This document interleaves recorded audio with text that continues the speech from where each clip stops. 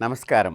Big TV ప్రేక్షకులందరికీ కూడా దసరా శుభాకాంక్షలతో మనం శ్రీదేవి వైభవం అనేటువంటి విషయాల గురించి తెలుసుకునే ప్రయత్నం చేద్దాం.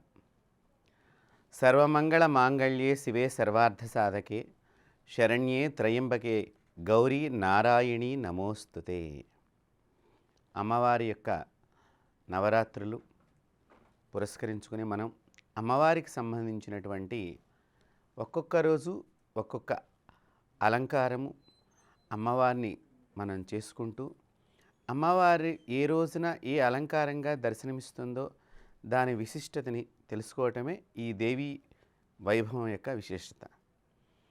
అలాంటి గొప్పదైనటువంటి అమ్మవారికి సంబంధించినటువంటి అనేక ముఖ్య విషయాలని మన బిగ్ టీవీ ప్రేక్షకులందరికీ కూడా ఇక్కడ తెలియచేస్తున్నాం. ఇప్పుడు మనం ఈ దేవీ వైభవంలో ఏ రోజు ఏ అమ్మవారికి ఏ విధమైనటువంటి వస్త్రధారణ, ఏ రకమైనటువంటి పుష్పాలతో పూజ చేస్తే ఆ అమ్మవారి అనుగ్రహానికి మనం పాత్రలమవుతాము, అలాగే అమ్మవారిని ఏ విధంగా పూజించాలి అనేటువంటి విషయాలన్నింటినీ కూడా తెలుసుకుందాం. అమ్మవారు మహాసరస్వతిగా దర్శనమిస్తుంది. చాలామందికి సరస్వతీదేవి, ఇందాక నేను అన్నపూర్ణాదేవి గురించి చెప్పినట్లే సరస్వతీదేవే కదా, ఏదో అక్షరాభ్యాసం అప్పుడు వెళ్తే సరిపోతుంది అనుకుంటారు. లేదా పెద్ద పెద్ద పరీక్షలు రాసే ముందర బాసర అమ్మవారిని దర్శనం చేసుకుని వస్తూ ఉంటారు. సరస్వతీదేవి చాలా శక్తి దేవత. మీరు మిగతా అమ్మవార్లందరిది ఒక ఎత్తు అయితే సరస్వతీదేవిదే ఒక ఎత్తు. కాబట్టి ఈ సరస్వతీదేవి చాలా శక్తివంతురాలండి. ఉన్న నాలికి మందేస్తే కొండ నాలికి ఊడిపోయిందా అన్నట్లుగా ఉంటుంది అమ్మవారితో పెట్టుకుంటే కనుక. కాబట్టి సరస్వతీదేవి ఎందుకు ఇంత గొప్ప దేవత అని చెప్తున్నానంటే, మీరు ఏ మంత్రం చదవాలన్నా ఆవిడ అనుగ్రహం కలగాలి. మీరు ఏ దేవతను పూజించాలన్నా ముందర మీకు వాక్కు రావాలి అంటేనే ఆ సరస్వతీదేవి అనుగ్రహం లేకపోతే మనం ఏ మంత్రాలన్నీ తెలుసు కానీ వాక్కు రావటం లేదు, జపం చేయలేకపోతున్నాం, చేయాలని బుద్ధి రావటం లేదు, చెయ్యాలనే జ్ఞానం కలగట్లేదు, గురువు ద్వారా మంత్రం మనం తీసుకోలేకపోతున్నాం. అంతా సరస్వతీదేవి చేతిలో ఉంటుంది. కాబట్టి సరస్వతీదేవి చాలా పెద్ద శక్తివంతమైనటువంటి దేవత. ఈవిడికి చందనపు రంగన్న, తెలుపు రంగన్న అమ్మవారికి చాలా ప్రీతి. అందుకని తెల్ల తామరలతో కానీ తెల్ల కలువులతో కానీ అమ్మవారిని అర్చన చేయాలి. ఇంకా మీకు తెల్ల చామంతి పువ్వులు, తెలుపు రంగు పుష్పాలు, గన్నేరు పుష్పాలు కానివ్వండి, మనకి చక్కగా నందివర్ధనం కానివ్వండి, గరుడవర్ధనం కానివ్వండి, మల్లెపూలు కానివ్వండి, వీటన్నిటితో మనం ఈ సరస్వతి అమ్మవారిని చక్కగా పూజించవచ్చు.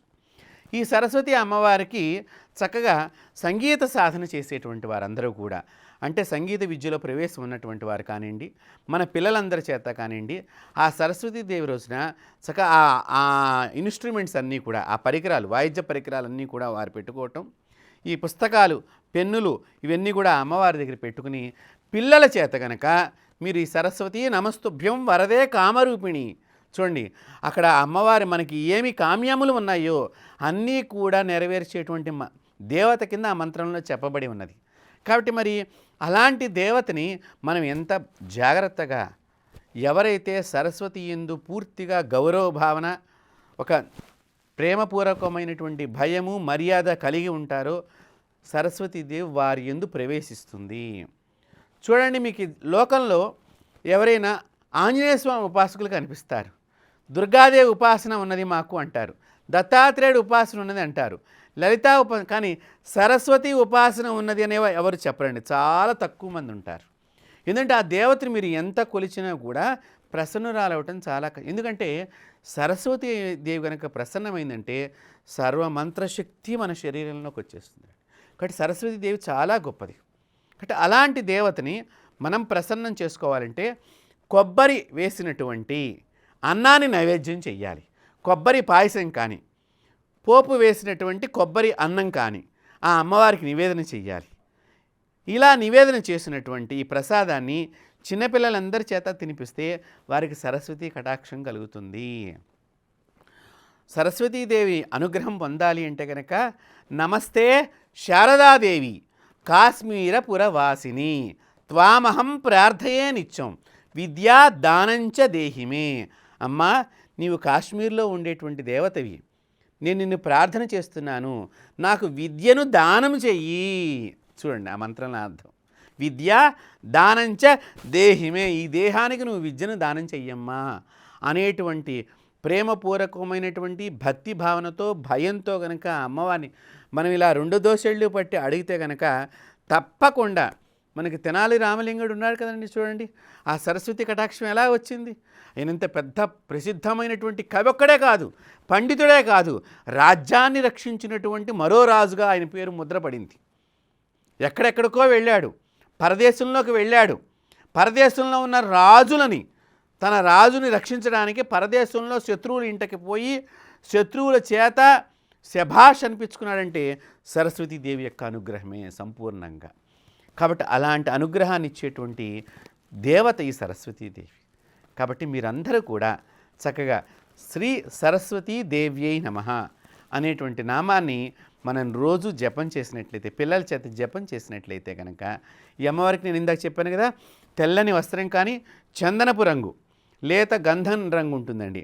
ఆ రంగుకి మీరు ఎరుపు రంగు కానీ చక్కని మంచి పింక్ రంగు కానీ బోర్డర్ ఉన్నటువంటి చీరను కనుక కట్టి చక్కగా అమ్మవారికి కనుక మీరు వీణని పక్కన పెడితే ఎదురుగుండా మనం సరస్వతి అమ్మవారి లోకంలో కూర్చున్నట్లే అనిపిస్తుంది.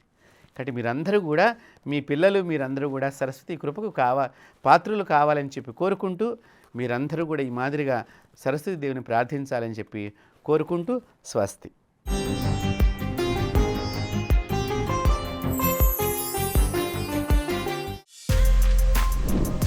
For more videos like this, subscribe Big TV channel.